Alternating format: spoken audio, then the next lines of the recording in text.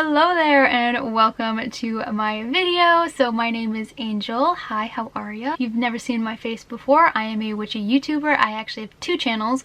My first one and my main one is Engineering Magic. On Engineering Magic, I do witchy subscription boxes as well as just Etsy store reviews, Amazon witchy products, etc, etc, as well as, you know, trying to bring awareness to other witchy creators in this space. So I do that on my YouTube platform there. Then my second channel is actually my Kitchen Witch channel, and on there I'm currently vlogging my travels across the United States with my gorgeous husband, my camera loving kitty Xena, as well as my rambunctious bunny Snowball. So I'm trying to like hit a witchy shop or like witchy place, or like doing something really cool witchy related in every single state.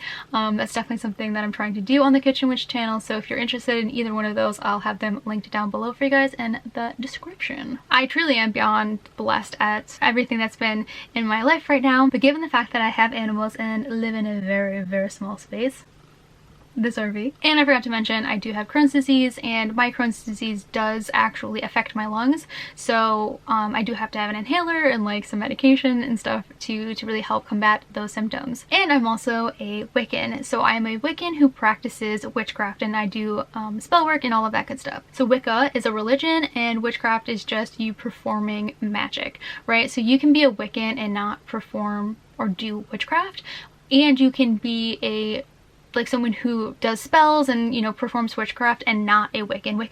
Wicca is just a religion.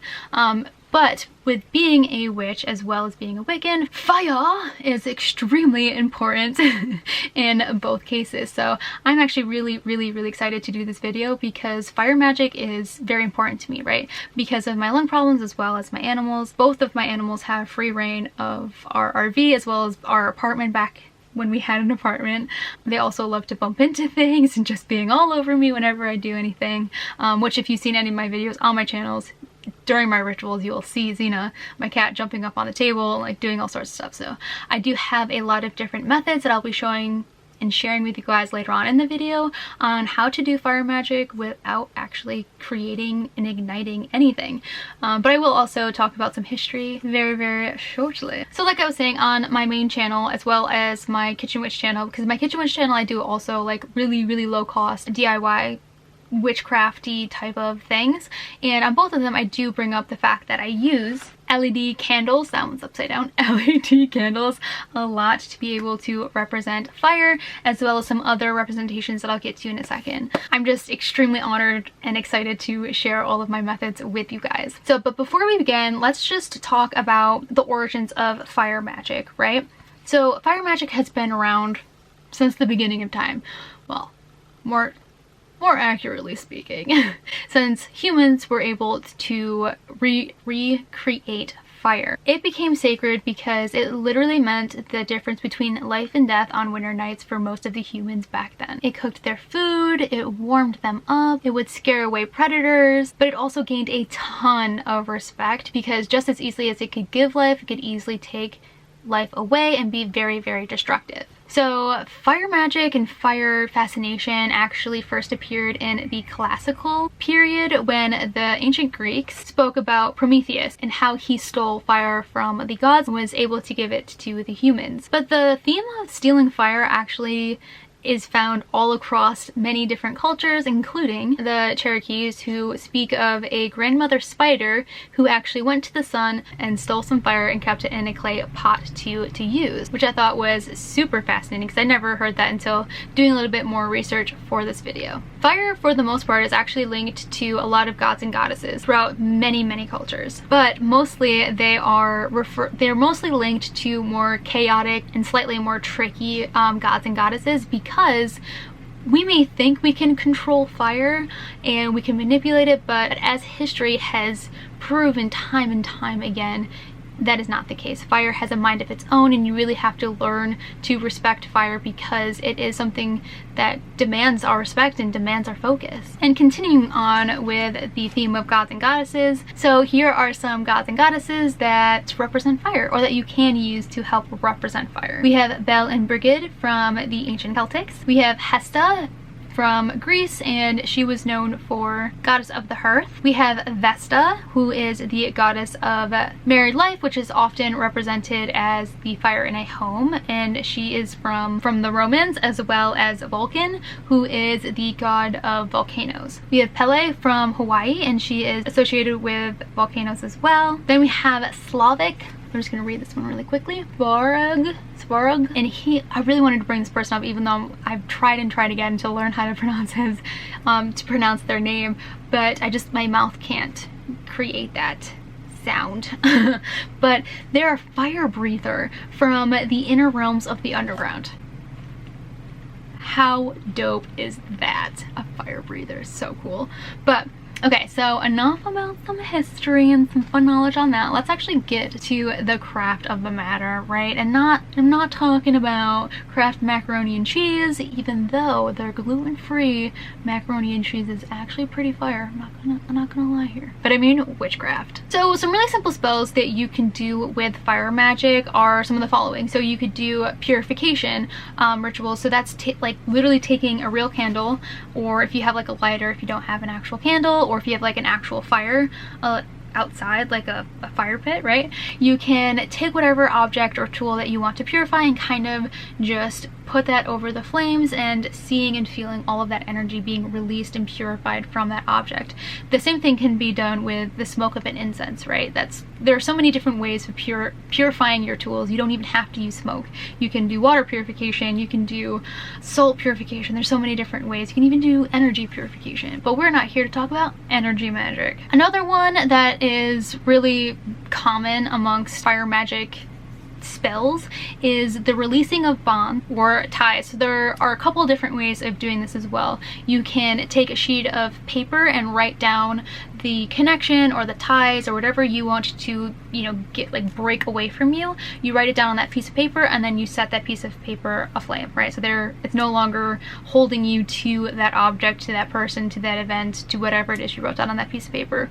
Or you could do the yarn method or the string method, and that's basically taking one piece of string and then you're going to make a knot in the center of it, and that's to symbolize you and that other person or that other thing or what have you being connected. And then you hold that over the fire and you just burn that knot apart, so that way you are being released, representatively speaking, from that thing that you felt way too connected to. I should pop in here super fast and just make a quick disclaimer. This is not how everyone uses or interprets fire magic. This is just how I learned it through the many years of doing witchcraft and learning about it and all of that good stuff. I'm not saying that this is the only way. There are many ways out there that people do things, and everyone does it just slightly different. So I'm just trying to offer you what I do and what I know, and you can use all of it, none of it, some of it, whatever you want.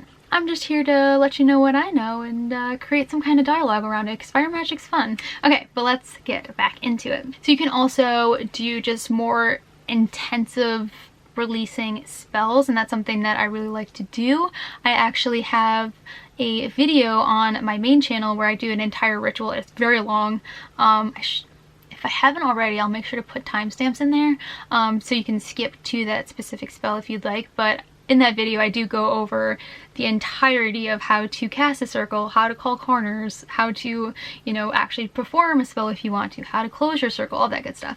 But a releasing spell is you writing down everything that you want to release, your fears, your doubts, your self-consciousness, your memory, your guilt, whatever you want to release. You write it down on a piece of paper and you set that hoe on fire. But you can also do a different version of a releasing spell, and I've done a video on this for Ostara a couple months ago actually. And what you do is actually, instead of writing all the things you want to let go, instead it's all of the things that you want to release to the universe to come back to you. So it's a form of manifestation. So I do that in Ostara time period, which Ostara is just a Wiccan holiday called the Sabbath. And what I did was I wrote down all of my goals that I wanted to achieve for the upcoming season, all the things that I want to create in my life, all the things that I want to manifest, right? And you kind of just do the same thing with the same theme that we've been going over is you set it on fire. Or you can literally just place it underneath your candle while you kind of just let that energy build up. And every time that you light the candle, all of the energy of your manifestation that's underneath the candle kind of gets released up into the universe as well, right? So kind of just does that. You can also write all of your manifestation goals, your ideas, your sigils, right? Because you can create a sigil for all of your manifestation desires. I do have a video on sigils as well. If you want to watch that, it's on my main channel. But you can put a sigil on the candle that you want to create. And every time you burn that candle, that sigil is activated, and you can create a very longer lasting effect of that manifestation mantra to go out into the universe. Which, leading into it, candle magic is huge. So if you didn't want to just set things on fire, although it is very fun, please do it safely. Always have water next to you or have a fire extinguisher. Never leave a flame unattended. Please, please, please, please, please, please, please, please be safe if you are using any real flame, right? But anyway, so moving on to candle magic. So this is a fake candle. I guess I could get a real candle, I do unboxings. I literally just did a couple for my other channels, but candle magic is vast. There are so many different things you can do with candle magic. So I did a video on candle colors as well. So a lot of colors kind of play into this color therapy, right? So usually if your mind sees the color red, this is culturally different, right? So for Americans, red usually links to us for lust, right? We kind of, whenever we see red, it stimulates, you know, an aphrodisiac type of emotion, right? Where pink is meant for more self-care, self-love type of spell work, right? So you kind of want to pick a candle that is specific to your intent that you're using, unless you use white. White is also great for purification, but it's also just like a blank canvas. So if you don't have a ton of candle colors, like you just don't want to go out there and buy all of the shades of the colors out there, trust me, I get that. I did not do that for years. It wasn't until very recently, after I graduated college, that I started buying actual tools.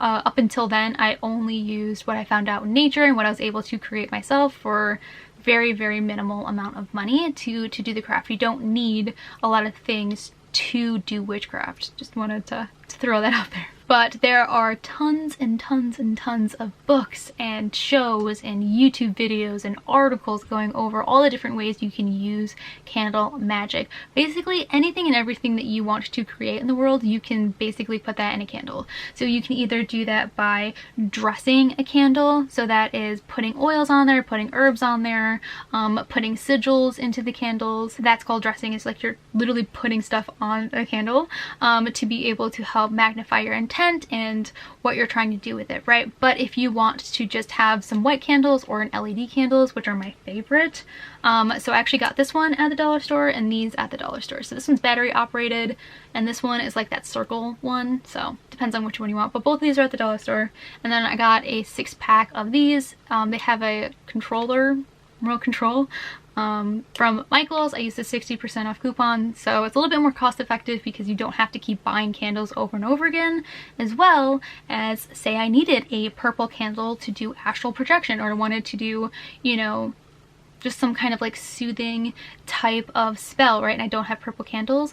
All you have to do is either take this and hold this, or if you have a real candle, a real white candle, you hold it and infuse it with your intent into the candle. You can also put color sigils on there. You can put it like purple flowers and press onto it, or I normally just like write purple, right? You can do that if you want. You can dry erase marker on it. You can do that. You can just know what it's meant to be, and the universe will understand and pick that up. So you don't need to have every single color of candle. You can just have a plain white one and kind of just infuse your intent into the candle that you're using it for. You can also use a piece of paper and put, you know, purple, or you want it to help you with astral projection or self-love or lust, or for financial wealth, for, you know, whatever you want. You can write it on a piece of paper and put it underneath the candle as well to help